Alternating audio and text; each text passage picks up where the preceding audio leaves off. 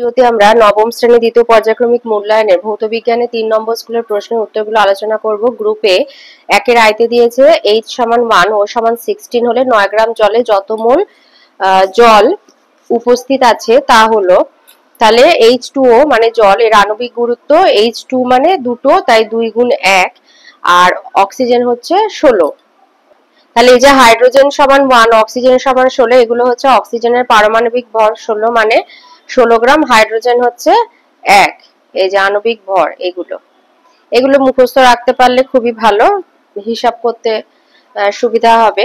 তো এখানে তাহলে হাইড্রোজেন হচ্ছে, তাহলে আণবিক গুরুত্ব হচ্ছে 2 গুণ 1 যোগ 16 মানে 18। তাহলে 1 মোল জল মানে 18 গ্রাম জল। তাহলে 18 গ্রাম জলে যদি 1 মোল হয়, তাহলে ঐকিক নিয়মের সূত্রে গেলে আমরা 9 গ্রাম জল সমান 9/18 মানে 1-এর 2 মোল জল মানে 0.5 মোল জল পাবো। দুইতে বলেছে যে মিশ্রণটি কোলয়েডীয় নয় তা হচ্ছে চিনি দ্রবণ। 3 বার্নৌলির নীতি কোন ভৌত রাশি সংরক্ষণের ভিত্তিতে কাজ করে? শক্তি। 4 বলেছে 25 ডিগ্রি সেলসিয়াস উষ্ণতায় পিএইচ স্কেল হার 0 থেকে 14। 5 কিলোওয়াট এককটি কোন ভৌত রাশির একক? ক্ষমতা। 6 দিয়েছে ইয়ং গুণাঙ্কের এসআই একক নিউটন পার মিটার স্কয়ার। 7 বলেছে গাঢ় আর উত্তপ্ত নাইট্রিক অ্যাসিড আর তামার বিক্রিয়ায় নাইট্রোজেনের যে অক্সাইড উৎপন্ন হয় তা হলো নাইট্রোজেন ডাই অক্সাইড। 8 দিয়েছে কার্বন ডাই অক্সাইড অণুতে কার্বনের শতকরা পরিমাণ 27.27%। গ্রুপ বি তে আসি। গ্রুপ বি এর আয়তে বলেছে গতিশক্তি ও মাত্রীয় সংকেত ml² T⁻², এটা -2 আছে। এই যে 55 দাগে গতিশক্তির মাত্রীয় সংকেত, এই যে 55, এই যে ml² T⁻²।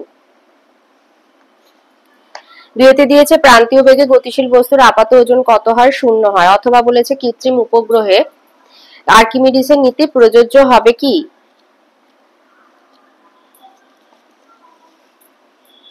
তো এই উত্তরটা লিখবে যে আর্কিমিডিসের নীতিটি ওজনের ধারণার উপর ভিত্তি করে প্রতিষ্ঠিত হয়। যে ক্ষেত্রে তরল বস্তু ভারশূন্য অবস্থায় থাকে সেইরূপ পরিস্থিতিতে নীতিটি প্রয়োগ করা যায় না। যেমন হচ্ছে এই যে পৃথিবীর চারপাশে অবর্তনশীল কৃত্রিম উপগ্রহের অভ্যন্তরে, পৃথিবীর কেন্দ্রে অবাধে পতনশীল, এই যে বলেছে আমাদের এখানে বলেছে কৃত্রিম উপগ্রহে বলেছে। তাহলে আমরা এটা লিখবো যে আর্কিমিডিসের নীতিটি ওজনের ধারণার উপর ভিত্তি করে প্রতিষ্ঠিত। যে ক্ষেত্রে তরল বস্তু ভারশূন্য অবস্থায় থাকে সেইরূপ পরিস্থিতিতে নীতিটি প্রয়োগ করা যায় না, তাই পৃথিবীর চারপাশে আবর্তনশীল কৃত্রিম উপগ্রহের ক্ষেত্রে আর্কিমিডিসের নীতি প্রযোজ্য হবে না। 2 দিয়েছে পিতলে দ্রাব এবং দ্রাবক, দ্রাব আর দ্রাবক কোনটি?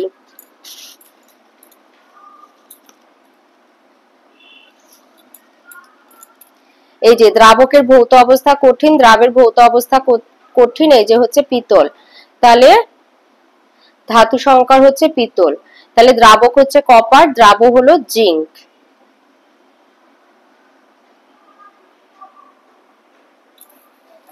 অথবা বলেছে আইসক্রিমে কোন সংরক্ষক কোলয়েড ব্যবহৃত হয়? সংরক্ষক কোলয়েড ব্যবহৃত হয় জিলেটিন। 4 দিয়েছে সত্য মিথ্যা বলতে বলেছে রবার স্টিল অপেক্ষা বেশি স্থিতিস্থাপক, মিথ্যা। 5 দিয়েছে শূন্যস্থান পূরণ 1 মিলিমোল মানে 10⁻³ মোল, এটা প্রান্তিকের 77 পেজে রয়েছে।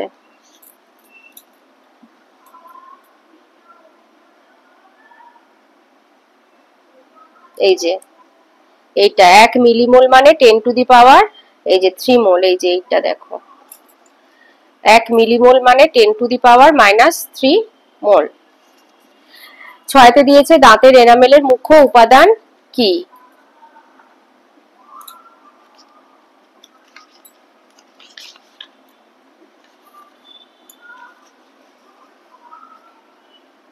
শরীরের সবচেয়ে শক্ত পদার্থ হচ্ছে ক্যালসিয়াম ফসফেট, দাঁতের এনামেল এটি দিয়ে তৈরি।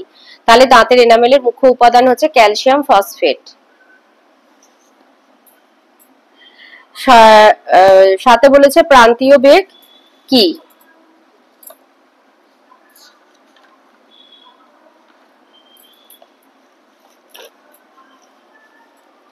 প্রান্তীয় বেগ হচ্ছে কোনো অসীম দীর্ঘ সান্দ্র প্রবাহী তরলের মধ্যে দিয়ে পতনশীল কোনো বস্তু শেষ পর্যন্ত যে সর্বোচ্চ স্থির বেগ নিয়ে নিচে পড়ে তাকে বস্তুটির সীমান্ত বেগ বা প্রান্তীয় বেগ বলে।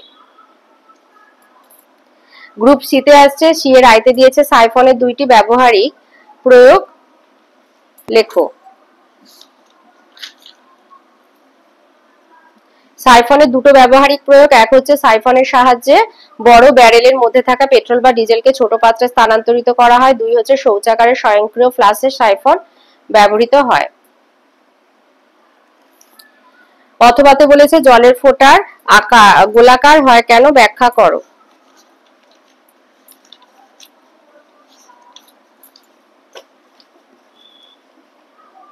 এই একের দাগে লিখবে যে ছোট ছোট জলবিন্দু বা জলের ফোঁটা সবসময় গোলাকার আকৃতি ধারণের কারণ।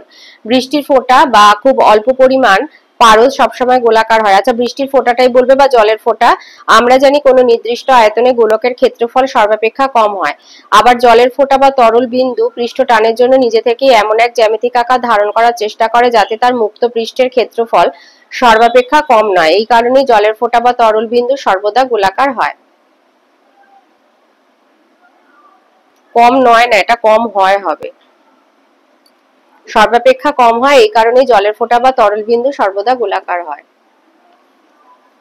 দুয়ে দিয়েছে কেটে গেলে রক্তপাত বন্ধ করবার জন্য ফটকিরি ব্যবহার করা হয় কেন। লিখবে মানুষের রক্ত হলো একটি কোলয়েডীয় দ্রবণ যাতে জলীয় বিস্তার মাধ্যমে ঋণাত্মক আধানযুক্ত কঠিন হিমোগ্লোবিন কণা বিস্তৃত থাকে। ফটকিরিতে উপস্থিত অ্যালুমিনিয়াম আয়ন আর পটাশিয়াম আয়ন দ্বারা রক্তের বিপরীত আধান প্রশমিত হয়, অর্থাৎ আধানহীন হয়, ফলে রক্ত তঞ্চিত হয়ে জমাটবদ্ধ হয় এবং রক্তপাত বন্ধ হয়ে যায়।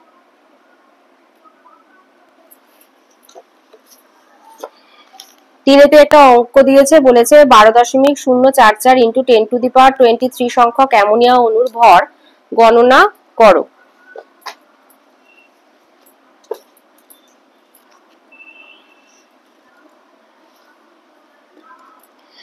লিখবে 6.022 ইন্টু 10⁻23 সংখ্যক অ্যামোনিয়া অণু মানে হচ্ছে 1 মোল অ্যামোনিয়া অণু। তাহলে 12.044 গুণ 10 পূর্ণ 2 মানে 10⁻23, 10 পূর্ণ নয়, 10⁻23 সংখ্যক অ্যামোনিয়া অণু মানে এইটাকে এটা দিয়ে ভাগ করে দিচ্ছে, দিলে মানে 2 মোল অণু মানে 2 মোল অণু অ্যামোনিয়া অণু। এবার 1 মোল অ্যামোনিয়া অণু হচ্ছে 14 যোগ 3 মানে হাইড্রোজেন 3টে, তাই 3 গুণ 1 আর নাইট্রোজেন 14 আণবিক পারমাণবিক ভর, তো হচ্ছে 17 গ্রাম অ্যামোনিয়া। তাহলে 1 মোল অ্যামোনিয়া অণুর ভর 17 গ্রাম, তাহলে 2 মোল অ্যামোনিয়া অণুর ভর হবে 34 গ্রাম, তাহলে নির্ণীত ভর হবে 34 গ্রাম। অথবাতে বলেছে গ্যাসের মোলার আয়তন আর প্রমাণ মোলার আয়তনের মধ্যে সম্পর্ক কি। গ্যাসের মোলার আয়তন আর প্রমাণ মোলার আয়তনের মধ্যে সম্পর্ক কি। এই উত্তরটা লিখবে যে নির্দিষ্ট চাপ ও উষ্ণতায় 1 মোল যে কোনো মৌলিক বা যৌগিক গ্যাসীয় পদার্থের আয়তনকে ওই গ্যাসের মোলার আয়তন বলে। যেমন চাপ ও উষ্ণতার উপর নির্ভর করে 1 মোল CO2 গ্যাসের আয়তন 22.4 লিটারের কম বা বেশি হতে পারে। আবার প্রমাণ চাপ ও উষ্ণতায় অর্থাৎ এসটিপি তে 1 মোল গ্যাসীয় পদার্থের আয়তনকে প্রমাণ মোলার আয়তন বলে। প্রমাণ চাপ ও উষ্ণতায় এসটিপি তে যে কোনো মৌলিক বা যৌগিক গ্যাসের মোলার আয়তনের মান সর্বদা 22.4 লিটার হয়। যেমন 1 মোল CO2 গ্যাসের প্রমাণ মোলার আয়তন 22.4 লিটার। গ্যাসের মোলার আয়তন প্রমাণ চাপ ও উষ্ণতায় প্রমাণ মোলার আয়তন 22.4 লিটার। চারেতে দিয়েছে কস্টিক সোডা দ্রবণে অ্যালুমিনিয়াম চূর্ণ যোগ করলে কি ঘটে, সমীকরণ সহ লেখো।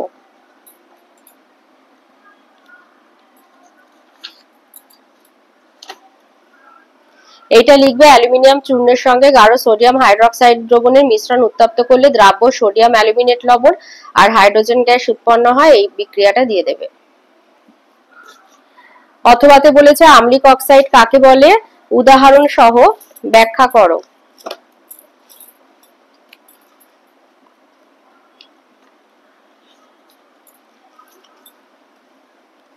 লিখবে যে সকল অক্সাইড জলে দ্রবীভূত হয়ে অ্যাসিড উৎপন্ন করে এবং ক্ষারকের সঙ্গে বিক্রিয়া করে শুধু লবণ বা লবণ ও জল উভয় উৎপন্ন করে তাদের আম্লিক অক্সাইড বলা হয়। যেমন carbon dioxide, sulphur dioxide, sulphur trioxide, phosphorus pentoxide, chlorine heptoxide ইত্যাদি। অক্সাইডগুলি আম্লিক অক্সাইডগুলি সাধারণত অধাতব অক্সাইড হয়, আর এই বিক্রিয়াগুলো দিয়ে দেবে। আর এর সাথে এটাও দিতে পারো যে সাধারণত আম্লিক অক্সাইডগুলি অধাতব হলেও কিছু ধাতব অক্সাইড অম্লধর্মী হয়। Manganese hepta oxide, chromic oxide, vanadium পেন্টঅক্সাইড। 5 এ দিয়েছে 50 কেজি ভরের এক ব্যক্তি 75টি সিঁড়ির ধাপ পেরিয়ে 25 সেকেন্ড দোতলার উপরে উঠলেন। প্রতিটা ধাপের উচ্চতা 12 সেন্টিমিটার হলে ব্যক্তির ক্ষমতা নির্ণয় করো। তাহলে ব্যক্তির মোট ভর এখানে হচ্ছে 50 কেজি আর ওজন হচ্ছে ধরো 50.9.8 নিউটন। সিঁড়ির 75টি ধাপের মোট উচ্চতা হবে 75 গুণ 12, কারণ এক একটা ধাপের উচ্চতা 12 সেন্টিমিটার। তাহলে 75 গুণ 12 করে হচ্ছে 900 সেন্টিমিটার, মানে 9 মিটার। এবার অভিকর্ষ বলের বিরুদ্ধে ব্যক্তি দ্বারা কৃতকার্য হচ্ছে mgh 50 × 9.8 × 9 মানে 4410 জুল। তাহলে ওই ব্যক্তির ক্ষমতা কৃতকার্য ভাজিতক সময় 25 সেকেন্ড সময় লেগেছে, এই যে বলেছে 25 সেকেন্ডে। তাহলে 4410 ভাজিতক 25 মানে 176.4 ওয়াট হচ্ছে ব্যক্তির ক্ষমতা।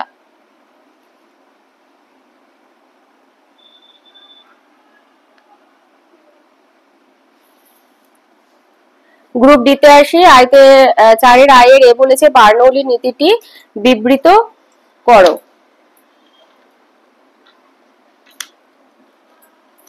বার্নৌলির এই যে নীতি হচ্ছে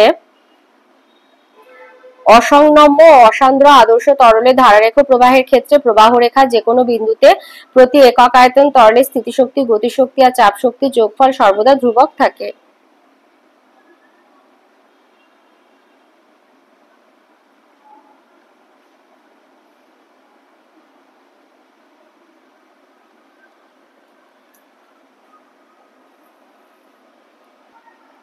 বিতে বলেছে প্রচন্ড ঝড়ের সময় টিনের ছাউনি উড়ে যায় কেন? লিখবে প্রচন্ড ঝড়ের সময় টিনের ছাউনি উড়ে যেতে দেখা যায় কারণ ছাউনির ওপর বায়ুর বেগ বেশি, ফলে বার্নৌলির উপপাদ্য অনুযায়ী চাপ কম হয়। পক্ষান্তরে ছাউনি তলায় বায়ুর বেগ কম, ফলে চাপ বেশি হয়। এই চাপের পার্থক্যের জন্যই ছাউনিকে ওপর দিকে উড়িয়ে নিয়ে যায়। 4 2 নম্বর প্রশ্ন বলেছে অ্যামোনিয়া জলীয় দ্রবণ ক্ষারকীয় কেন? অ্যামোনিয়া জলে দ্রবীভূত হয়ে অ্যামোনিয়াম হাইড্রক্সাইড উৎপন্ন করে NH4OH। অ্যামোনিয়াম হাইড্রক্সাইড জলীয় দ্রবণে বিয়োজিত হয়ে হাইড্রক্সিল আয়ন উৎপন্ন করে। এই হাইড্রক্সিল আয়নের উপস্থিতির কারণে অ্যামোনিয়া জলীয় দ্রবণ ক্ষারীয় হয়। এই কারণে অ্যামোনিয়া জলীয় দ্রবণে লাল লিটমাস কাগজ দিলে নীল হয়ে যায় এবং অ্যাসিডের সঙ্গে বিক্রিয়ায় লবণ ও জল উৎপন্ন করে। ওর সাথে আছে কোন অ্যাসিড স্বর্ণশিল্পে বেশি ব্যবহৃত হয়? Nitric acid HNO3। অথবা বলেছে অম্লবৃষ্টি কি আর মিউরিয়েটিক অ্যাসিড কাকে বলে?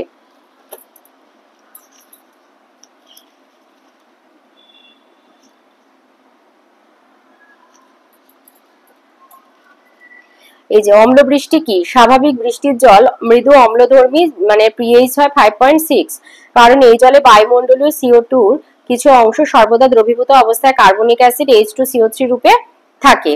কিন্তু বৃষ্টির জলে যদি অধিক পরিমাণে কার্বনিক অ্যাসিড, সালফিউরিক, নাইট্রিক আর HCl মানে হাইড্রোক্লোরিক অ্যাসিড মিশে থাকে এবং এর ফলে বৃষ্টির জলের pH 5.6 এর থেকে কম হয়, তবে সেই বৃষ্টিকে অম্লবৃষ্টি বা অ্যাসিড বৃষ্টি বলে। অ্যাসিড বৃষ্টির ক্ষেত্রে বৃষ্টির জলের pH এর মান সাধারণত 3.6 থেকে 5.6 এর মধ্যে হয়। ওর সাথে যেটা রয়েছে মিউরেটিক অ্যাসিড কাকে বলে?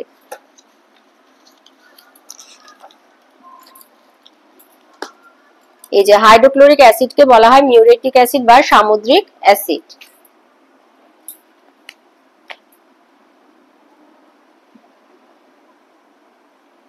হাইড্রোক্লোরিক অ্যাসিড মানে HCl অ্যাসিডকে বলা হচ্ছে মিউরিয়েটিক অ্যাসিড বা সামুদ্রিক অ্যাসিড।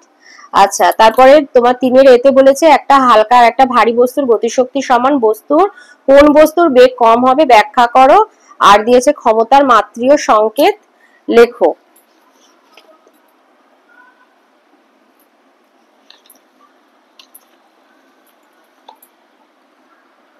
বলেছে একটা হালকা বস্তু আর ভারী বস্তুর গতিশক্তি সমান হলে, এই যে বলেছে এই যে একটা হালকা বস্তু আর একটা ভারী বস্তুর গতিশক্তি সমান হলে হালকা বস্তুর বেগ ভারী বস্তুর বেগ অপেক্ষা বেশি হবে। এবার প্রমাণ হচ্ছে, ধরা যাক ভারী বস্তুর বেগ ক্যাপিটাল M আর বেগ হচ্ছে ক্যাপিটাল V, আর হালকা বস্তুর ভর স্মল m আর বেগ হচ্ছে u1। অতএব ভারী বস্তুর গতিশক্তি হচ্ছে 1/2 capital M capital V square আর হালকা বস্তুর গতিশক্তি 1/স্মল m u স্কয়ার। এখন 1/2 m capital M V square সমান 1/2 স্মল m u স্কয়ার। তাহলে হাফ হাফ এটা কেটে যাচ্ছে, 1 2 1 2 কেটে গেল। তাহলে ক্যাপিটাল M V স্কয়ার সমান স্মল m u স্কয়ার। তাহলে capital M by small M সমান U square by V square. তো যেহেতু এম গ্রেটার দেন মানে capital M greater than small M আর ইউ স্কোয়ার গ্রেটার দেন হচ্ছে V square, অর্থাৎ U greater than V হবে, তার মানে হালকা বস্তুর বেগ ভারী বস্তুর বেগ অপেক্ষা বেশি হবে। আর ওর সাথে আছে বিতে বলেছে ক্ষমতার মাত্রীয় সংকেত লেখো। এই যে ক্ষমতার মাত্রীয় সংকেত হচ্ছে M L square T to the power -3, এটা লিখে দিলেই হবে। চারেতে দিয়েছে সল কাকে বলে উদাহরণ সহ লেখো। বীজ কেলাস বলতে কি বোঝায়? আচ্ছা, সল কাকে বলে ওটা আগে বলছি। সল কাকে বলে লিখবে কঠিন বিস্তৃত দশা এবং তরল বিস্তার মাধ্যম দ্বারা গঠিত কোলয়েড সিস্টেমকে সল বলে, যেমন গোল্ড সল, সালফার সল, আর্সেনিয়াম সালফাইড সল প্রভৃতি। এক্ষেত্রে গোল্ড, সালফার, আর্সেনিয়াম সালফাইডের কণা যথাক্রমে বিস্তৃত দশা হিসাবে থাকে আর প্রতি ক্ষেত্রেই জল হচ্ছে বিস্তার মাধ্যম। এটা হচ্ছে সল কাকে বলে। ওর সাথে আছে বীজ কেলাস বলতে কি বোঝায়?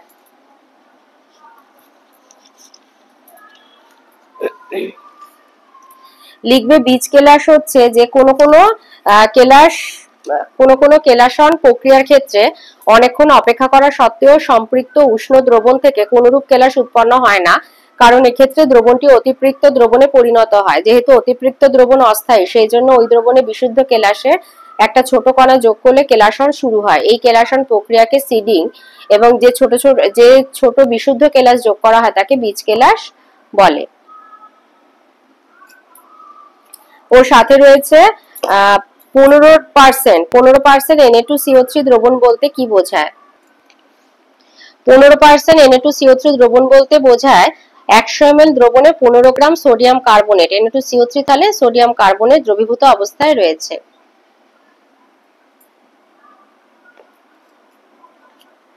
অথবাতে দিয়েছে 10 গ্রাম কপার সালফেটের অসম্পৃক্ত দ্রবণ সম্পূর্ণ বাষ্পীভূত করলে 1.2 গ্রাম কপার সালফেট অবশেষ থাকে। এই দ্রবণের 100 গ্রাম নিয়ে 25 ডিগ্রি সেলসিয়াস উষ্ণতার সম্পৃক্ত দ্রবণে পরিণত করতে আর কত গ্রাম কপার সালফেট দ্রবীভূত করতে হবে? 25 ডিগ্রি সেলসিয়াস উষ্ণতায় কপার সালফেটের দ্রাব্যতা বলছে 25।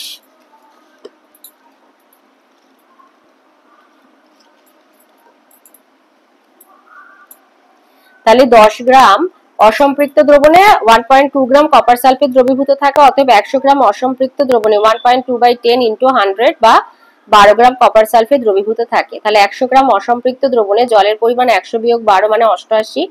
25 ডিগ্রি সেলসিয়াসে কপার সালফেটের দ্রাব্যতা 25, তার মানে 25 ডিগ্রি সেলসিয়াসে 100 গ্রাম জলে 25 গ্রাম কপার সালফেট দ্রবীভূত হয়ে সম্পৃক্ত দ্রবণ উৎপন্ন করে। 25 ডিগ্রি সেলসিয়াস 88 গ্রাম জলে 25/100 × 88 মানে 22 গ্রাম কপার সালফেট দ্রবীভূত হয়ে সম্পৃক্ত দ্রবণ উৎপন্ন করে। তাহলে 100 গ্রাম দ্রবণে 22 গ্রাম কপার সালফেট থাকা প্রয়োজন। এই দ্রবণে 12 গ্রাম লবণ দ্রবীভূত আছে, সুতরাং আরো 22 বিয়োগ 12 মানে 10 গ্রাম কপার সালফেট দ্রবীভূত করতে হবে। তাহলে নির্ণীত কপার সালফেটের ওজন হচ্ছে 10 গ্রাম।